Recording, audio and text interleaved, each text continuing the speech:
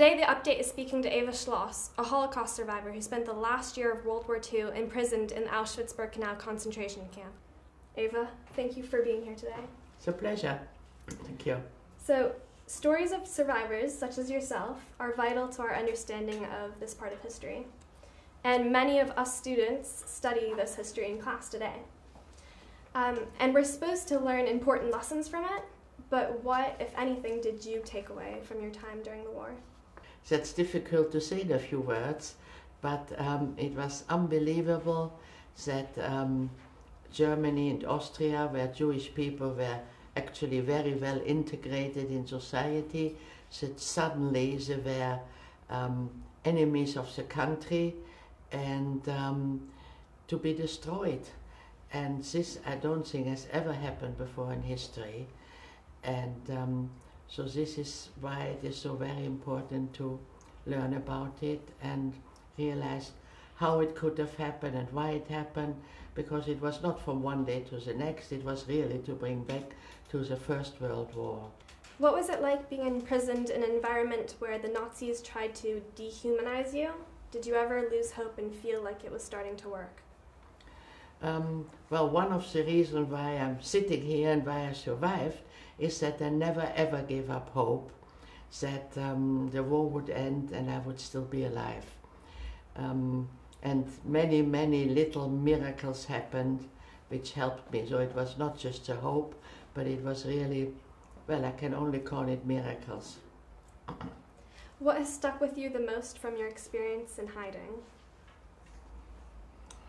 Well, I was just 13 years old when I started to be in hiding in 1942, and I was really an outdoor person, very sporty, and I just hated to sit down day in, day out, just sitting and being silent, just with my mother. I'm not able to go out and play and meet friends and just be isolated from the world. And then the Nazis did house searches, and really they wanted to catch every Jew. So at night we had a hiding place within the hiding place. At night when they came, we had to quickly go in there, hoping they wouldn't find us. So it was very frightening and anxious if you're 13 years to go through this for 2 years. A lot of what you experienced was due to your faith. Did this experience affect your connection to your faith in any way? Well, we were of course a Jewish family, but not actually very religious. So,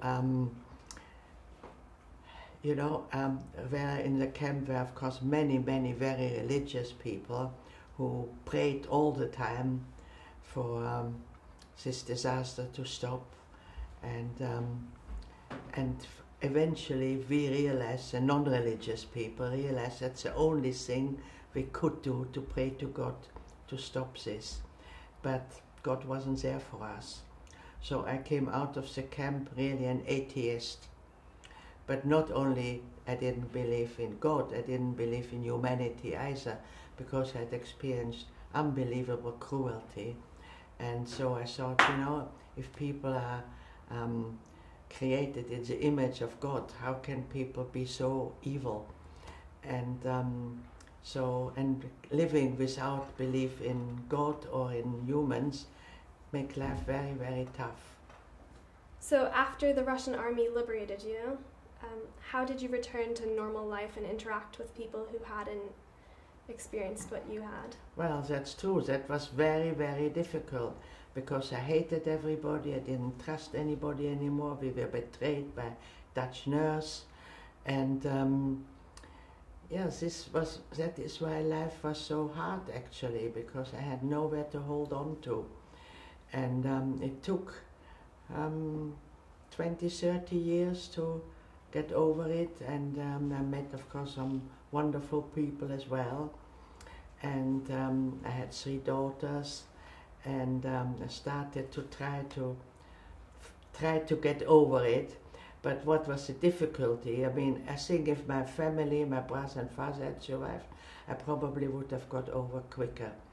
But to make a life without them made it very, very difficult.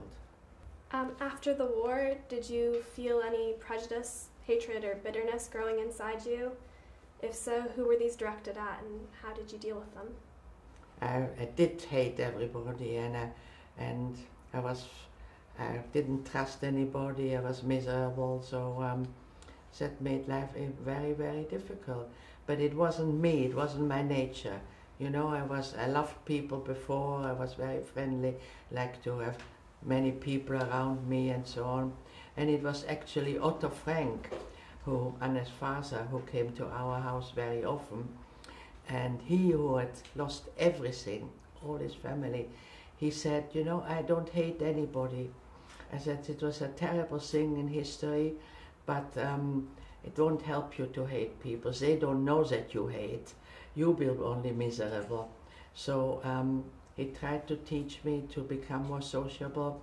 He said, put a smile on your face and go out in the world. You will see it's not as bad as these past years.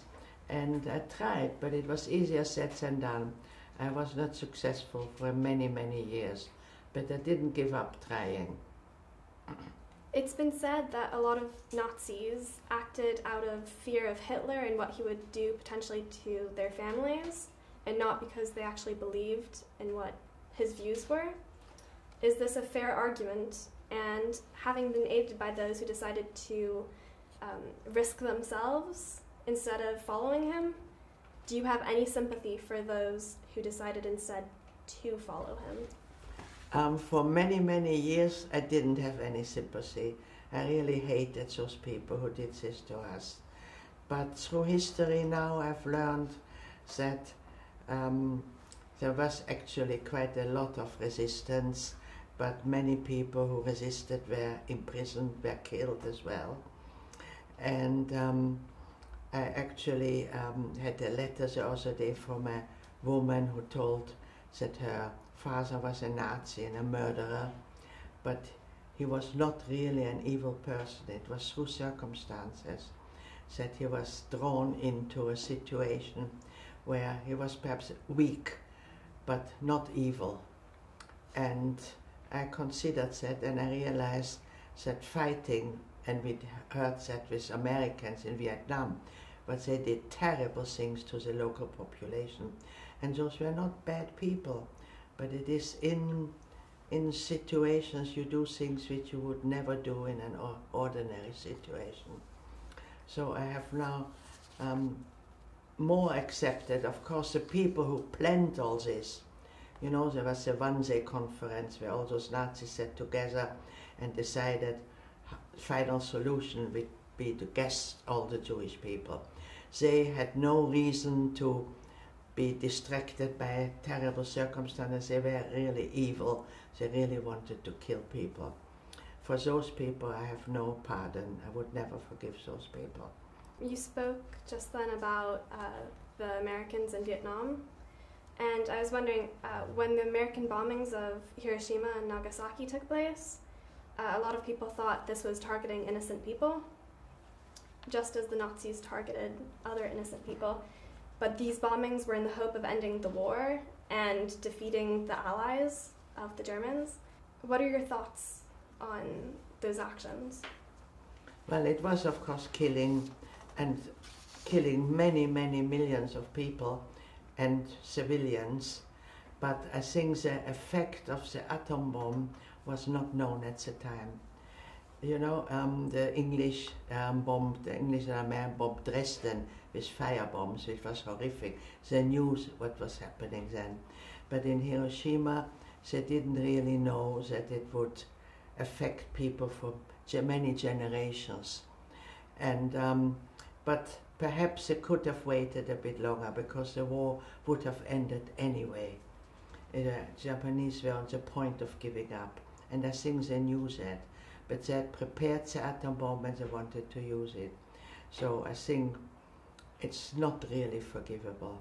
How long do you think the German government should pay for the crimes committed by the Nazis during the war? Should they still feel guilty? I don't really know, but a fact is that many young people who had nothing to do with it do feel guilty.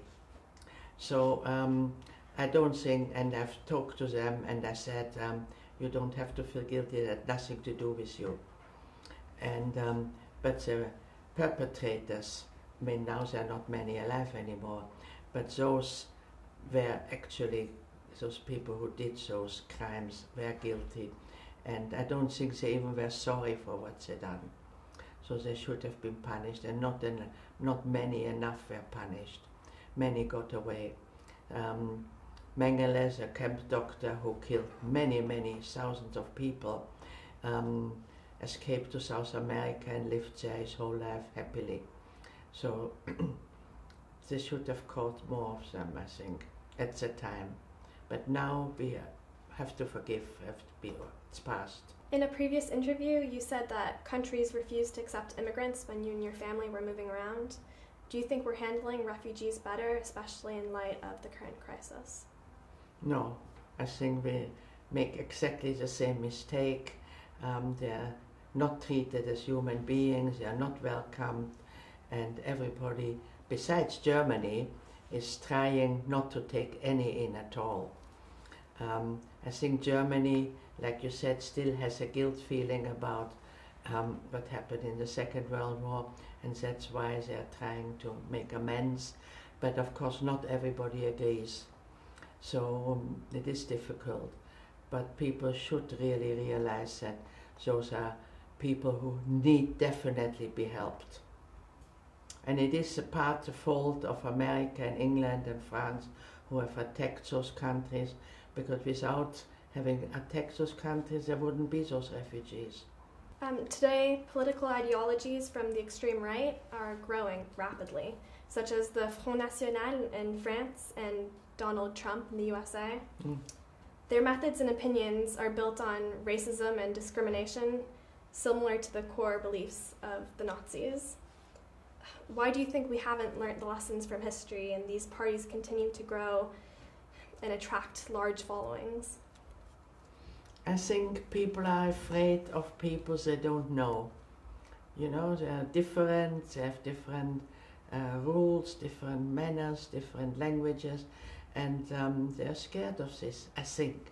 But I wish I would know why people are so much against it, because in every country, when I was in America, I spoke to a big audience, and I said to them, you know, I don't think anybody of you here is really a Native American. You know, you're all from descendant of refugees, and you've done very well in this country. So why not carry on with the tradition of letting people in?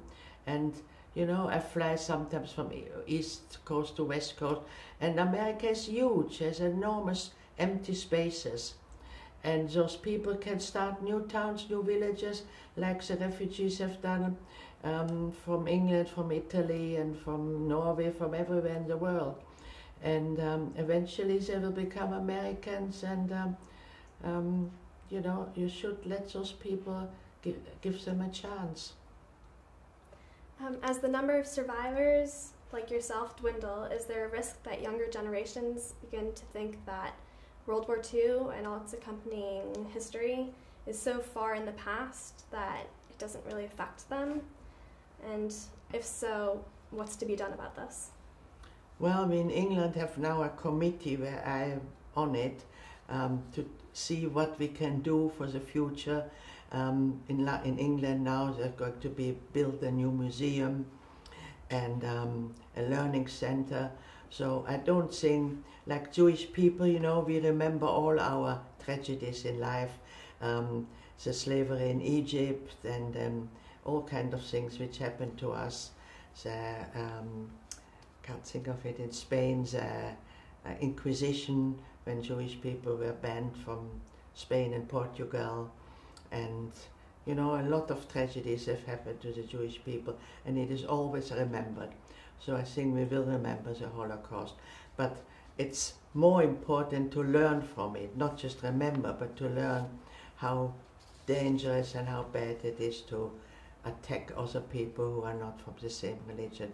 And we see this now with the Muslims, the Sunni and the Shia. Both Muslim people attack each other and kill each other. But that happened with Christianity as well, when Martin Luther in Germany in 1500, in Holland we had an 80-year war between Christian people, became Protestants and Catholic, and in France the Huguenots, the Protestants were murdered by the Catholics. So it's not something new really. And the Crusaders, when the Christians went to murder the Muslims in Palestine, you know, it's something which has been with us for generations, and I'm afraid it's going on still, and it will go on for more, many more years, but I hope that eventually we will learn that it is stupidity to kill other people just because they're different. Well, thank you so much, Eva. We're really honored that you took the time to sit with us. Well, thank you. Thank you.